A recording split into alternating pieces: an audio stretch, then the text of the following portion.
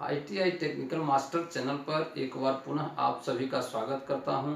आज के क्लास में हम लोग सिलेंडर हेड की ओवरहालिंग कैसे करते हैं, यानी कि उसको पूरी तरह कैसे रिपेयर करते हैं, कैसे उसको मरम्मत करते हैं, इसके बारे में कंप्लीट जानकारी देंगे। क्योंकि कल के वीडियो में, पिछले वीडियो में हम लोगों ने सिलेंडर हेड के बारे में जानकारी किया था और थोड़ा बहुत उसमें कैसे रिपेयरिंग होता है, कैसे वाल्व का इंस्टॉलेशन होता है, इसके बारे में जानकारी प्राप्त किए थे।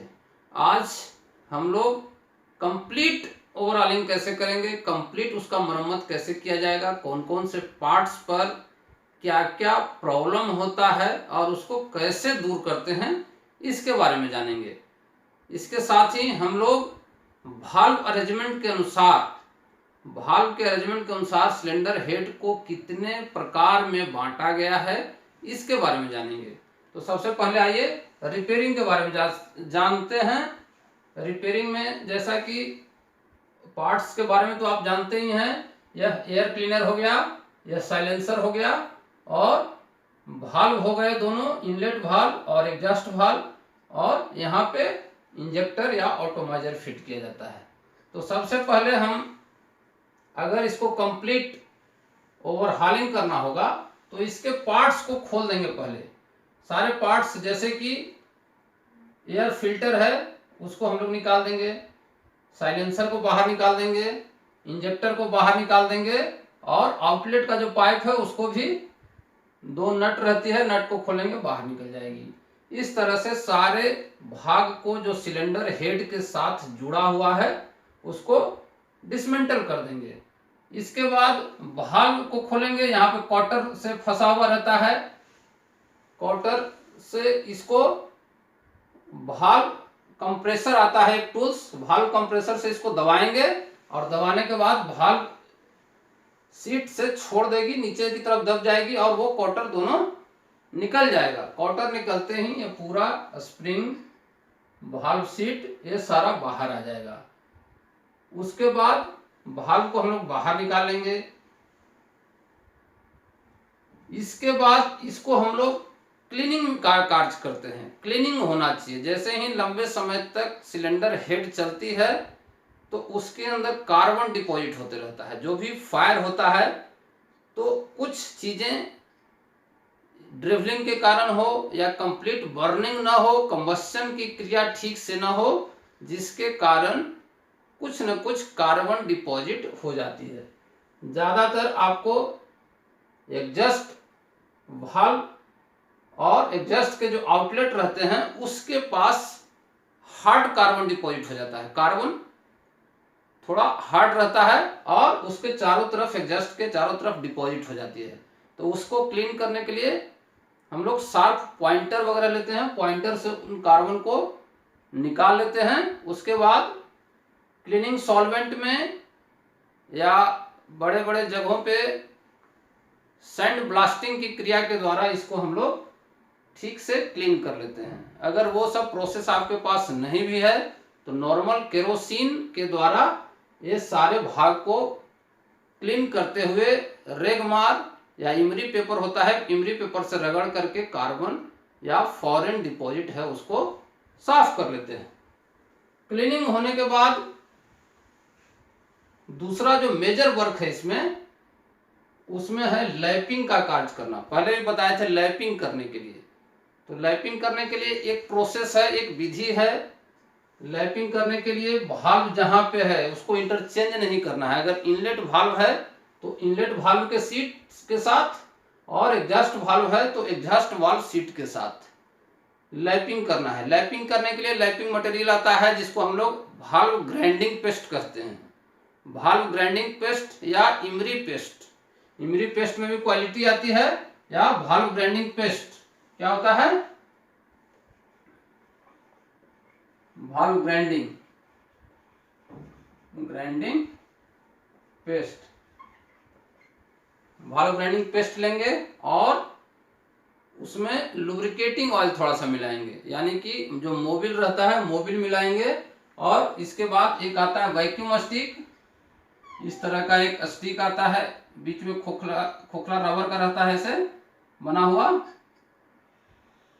और उसके साथ अगर भाल्व के साथ इसको हेड पे, भाल्व के हेड पे इसको लगा करके थोड़ा दबा देंगे तो यहाँ से जो एयर है वो निकल जाती है और भाल्व के साथ स्टिक हो जाता है, यानी कि भाल्व को पकड़ लेता है।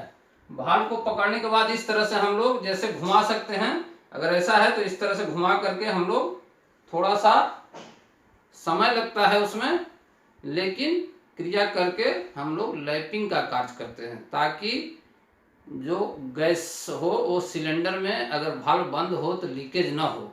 लैपिंग होने के उपरांत इसकी जांच भी किया जाता है। जांच करने के लिए भाल्व को असेंबल कर देते हैं, जैसे है वैसे ही असेंबल कर देते हैं, और उसके आउटलेट मार्ग से केरोसिन डाल देते हैं। केरोसिन डालेंगे और नीचे की तरफ, हेड की तरफ, जहां से एयर नीचे की तरफ निकलता है, सिलेंडर ब्लॉक में जाता है, उस साइड में देखेंगे कहीं से केरोसिन स्पिल हो रहा है कि नहीं हो रहा है। यानी कि स्पिल होगा तो भाल्व पूरी तरह ग्राइंड नहीं हुआ है, सीलिंग का कार्य नहीं करेगा।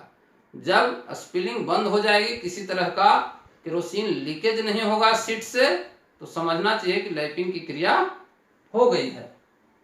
तो इस तरह से हम लोग उसका रिपेयरिंग करेंगे। इसके अलावा बड़े बड़े इंजनों में इसका वाटर का प्रेशर टेस्ट किया जाता है। जो वाटर जैकेट्स हैं, जैकेट से क्रैक होने का कहीं पे चांस रहता है, कहीं से हो सकता है क्रैक हो जाए, इंटरनल क्रैक हो, सिलेंडर के अंदर पानी चला जाए, उस कंडीशन से बचने के लिए, हालांकि ये प्रॉब्लम जनरली नहीं आता है, बावजूद इसके प्रेशर टेस्टिंग किया जाता है। प्रेशर टेस्टिंग करने के लिए सारे आउटलेट को बंद कर देते हैं और वाटर प्रेशर एक आता है, वाटर प्रेशर देने के लिए एक टूल्स आता है, उससे प्रेशराइज करते हैं, और प्रेशराइज करके जो भी इसका वर्किंग प्रेशर है, जनरली इसका वर्किंग प्रेशर 2.5 kg पर cm स्क्वायर होता है। 2.5 kg पर cm स्क्वायर के प्रेशर से वाटर सर्कुलेट होती है। तो इसको हम लोग 3 kg पर cm स्क्वायर तक टेस्ट कर लेते हैं। टेस्ट करने के बाद इंश्योर कर लेते हैं कि रनिंग में वाटर का लीकेज कहीं से ना हो, यानी कि जो वाटर जैकेट्स हैं उसमें किसी तरह का क्रैक ना हो। अब हम लोग भाल्व अरेंजमेंट के अनुसार सिलेंडर हेड कितने प्रकार का होता है उसके बारे में जानेंगे। भाल्व अरेंजमेंट के अनुसार सिलेंडर हेड 4 प्रकार का होता है: L type, I type, F type और T type. Types of cylinder head as per valve arrangement.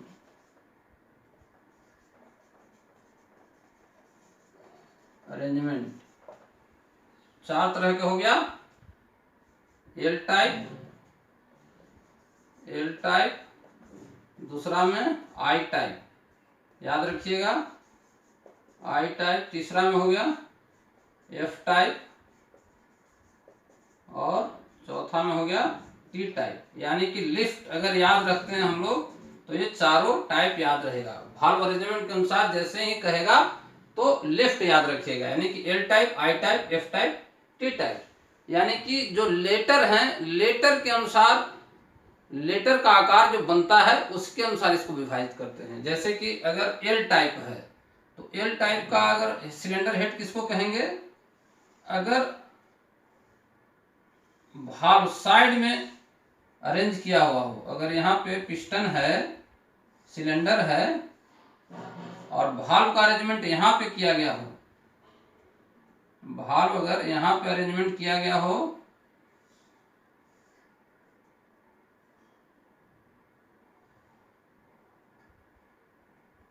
इस तरह का भाल्व अरेंजमेंट हो तो इसको हम लोग कहेंगे एल टाइप। ये हो गया एल टाइप। ठीक उसी प्रकार आई टाइप क्या होगा? आई टाइप तो ये नॉर्मल जो अरेंजमेंट है भाल्व का उसी को आई टाइप कहते हैं, जो कि सीधा है।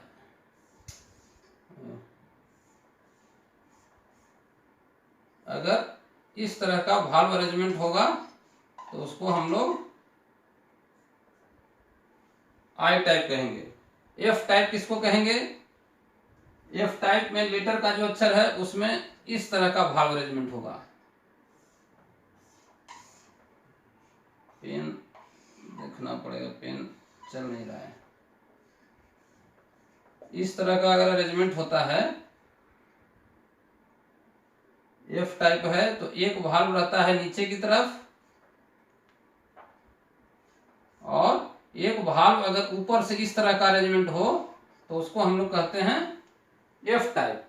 और लास्ट टी टाइप किसे कहेंगे? टी टाइप में दोनों साइड में अरेंजमेंट होगा, इस तरह से अरेंजमेंट होती है। सॉरी, ये पूरा देखिए, आधा आधा ले लेना है। यहाँ से ये सिलेंडर ब्लॉक हो गया और दोनों साइड में भाल्व को अरेंजमेंट कर देते हैं। भाल्व का अरेंजमेंट दोनों तरफ होगा, उसको हम लोग कहेंगे टी टाइप। ये देख रहे हैं अलग अलग फिगर हो गया, L type, I type, F type और टी टाइप। यानी कि एल टाइप में दोनों भाग रहेंगे, जो साइड से रहेंगे, नीचे से उसको खोला जाएगा और बंद किया जाएगा। आई टाइप में ओवरहेड रहेगा, दोनों ऊपर से खुलेगा।